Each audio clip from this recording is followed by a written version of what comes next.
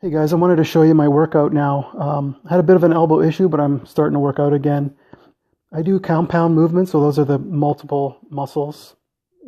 Overhead press here I'm showing with dumbbells. So that's for mainly the shoulders and some of the upper chest. So the compound movements involve multiple muscles, as I mentioned, and those are overhead press, dips, pull-ups. So pull-ups would be for back.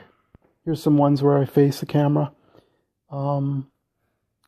And then, for the back, you could do bent over rows or pull-ups, and you can do weighted pull-ups as you get better at them, or chin-ups, whatever variation you want to do. And then for the chest, I'm going to do dips, weighted dips eventually, and then you could do incline bench or flat bench. So those involve like chest and triceps and a little bit of your shoulders.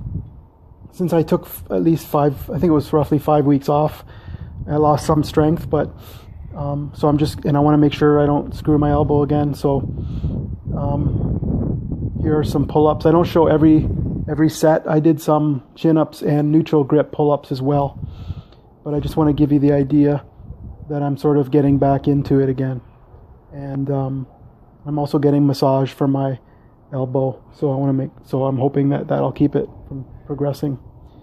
And this is the one that would probably aggravate the elbow a bit. Mostly it would be the dips. So I'm not doing weighted dips at this point, just body weight. Now I'm over 190 because I've been building up muscle in my legs and my upper body. So that's quite a bit of weight, but I'm also generally able to do dips with plates, but I'm not going to do that just right now.